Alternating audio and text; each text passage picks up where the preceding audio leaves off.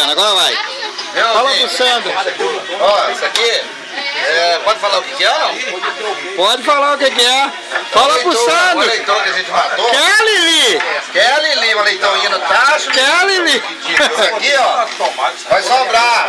Quer que leve segunda-feira na marmita pro Rio de Janeiro? Eu levo. Tá, Sandro? Levar um pouquinho pra Lili, tá?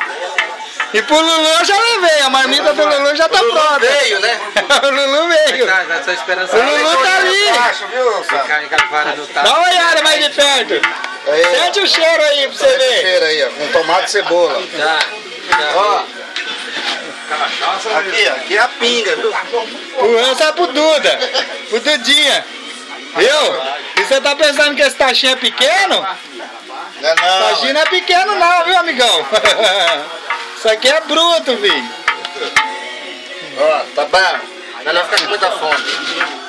Olha quem tá aqui, mostra quem tá aqui. Olha lá quem tá ali. Mostra quem tá aqui, olha aqui, Sandro! Sandro! Cadê o chapéu do Valdeci? Eu tô aqui também, viu, Sandro? É, vai.